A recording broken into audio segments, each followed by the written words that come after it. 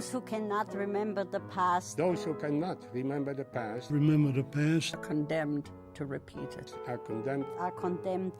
Are condemned to repeat it. Those who do not remember the past are condemned to repeat it. The mission is to absolutely remember the lessons of the Holocaust, to teach that this should never happen again, to teach what happened. Everybody says we must never forget, and that's probably the reason for the impetus for putting a museum up and having people come through. We want the children to come through and to learn so they will never forget that there is value and good, and every person is a person who is entitled to respect and to absolute human rights. Kids need to know that it's not just something that's in textbooks, that it actually happened and there are people who went through it and were victims of this. This museum made a conscious decision when it was being put together not to have any graphic pictures. Our school children come from 5th grade and up. We want them to learn. We don't want them to be frightened, not to go home with nightmares, not to go home just remembering only the scary photos, but not the lessons that the docent has been trying to teach them and the survivor has been trying to teach them. And I think that young people, doom and gloom just doesn't do it. You need to know the doom and gloom, but unless you can change a behavior with a positive action in your own life, nothing is going to change.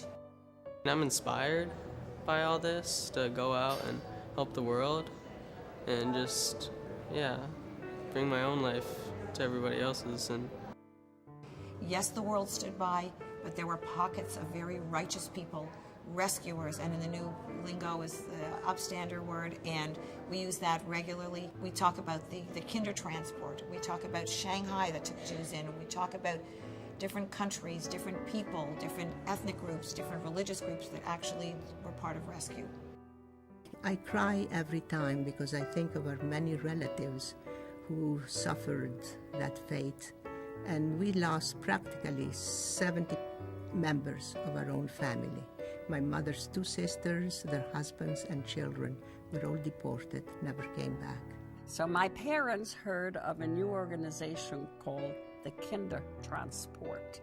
It was formed by non-Jewish people in Austria and Germany who went to Great Britain and asked them in Great Britain if they would be willing to take in children without their parents in order to save their lives.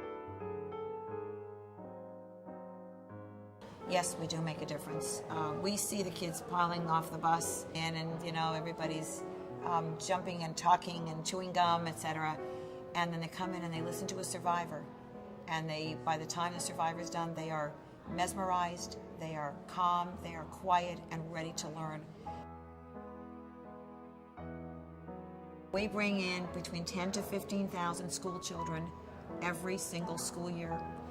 Every morning, if you drive by the door of the museum, you will see a couple of school buses, usually about 120 children per visit. They divide up in groups of 20 with 6 tour guides. And in the springtime, we do that twice a day. And then with our trained docents, they walk through the building and we teach them about, yes, the lessons of the Holocaust, what happened during the Holocaust, but also what's happening during our present day, the genocides that have happened from 1915 right up to present day, and sadly there are still genocides. And by the time these children board back on the bus, they have learned an awful lot, and we hope they take it home with them. It's to show that you have to accept other people's indifferences and to accept their religion, their skin color, their ethnicity.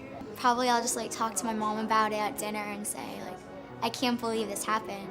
I can't believe that humans could do this to one another out of hatred for no reason. When I watch the kids leave, it's absolutely amazing.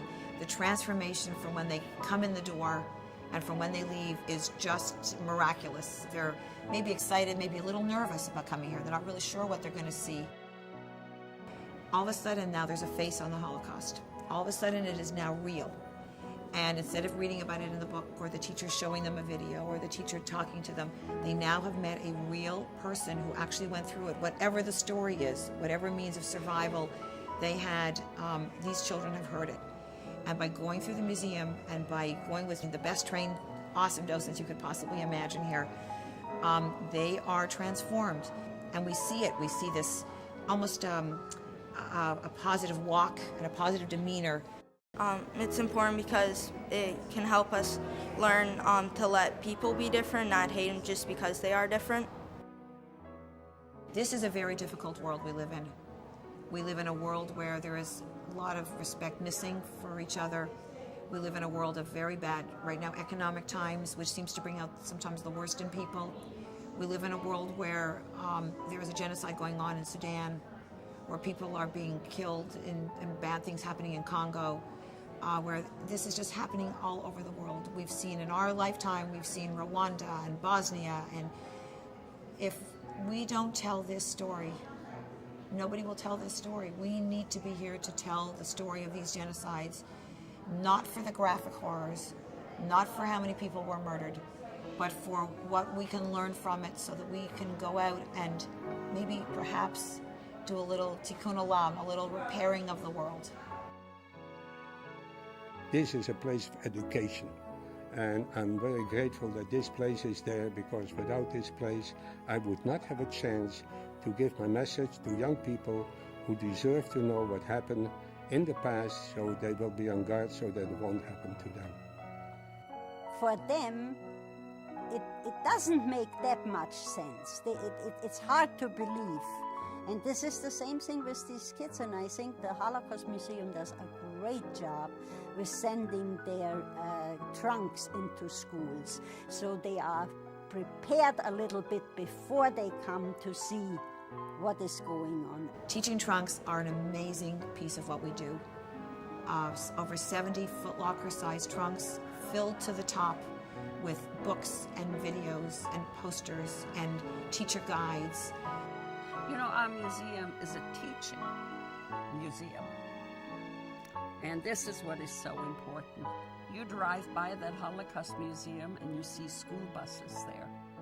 Every day of the week, we bring in sometimes close to 100 children, because we must never forget. We need to be here to remember the survivors, to remember those who perished, who gave their lives, who were murdered. We need to be here to educate, and we need to be here to fill the mission, to recognize the inherent worth and dignity in every human being. Holocaust Museum presents through exhibits, through lectures, through talking to young children, school children, and adults for that matter, is so invaluable in improving the humanity of mankind. And that's what it is. You see, the Holocaust was actually so inhuman that if civilization ever permits it to happen again, then not only the Jews, the whole humanity failed.